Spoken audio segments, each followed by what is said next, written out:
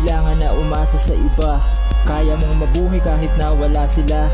Alam mo naman na lahat yan mapanghusga.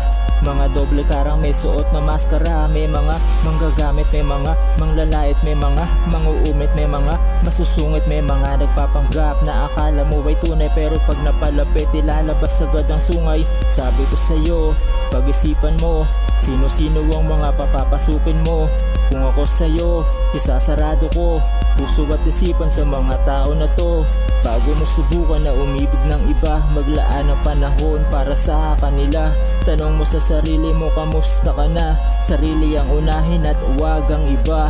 Tawag ko ng Smith, katapusan. Di habang buhay magiging maulan. Basta manalig, kumapit ka lang. Ang mga pagsubok malalagpasan. Tawag ko ng Smith, katapusan. Di habang buhay magiging maulan.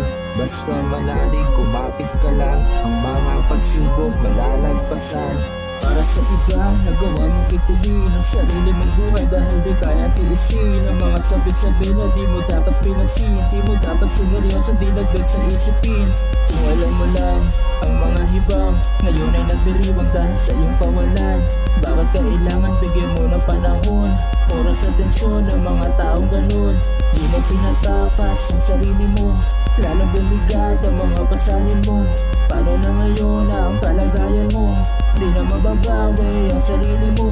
Di mo kailangan na ang buhay wakasan para mga suliranin ay malagpasan. Kung di mo na kaya bigat na pinapasan, hariyan ang Panginoon na siya dapat mong takbuhan. Tawag ko ng Smith, katapusan. Di habang buhay magiging maulan.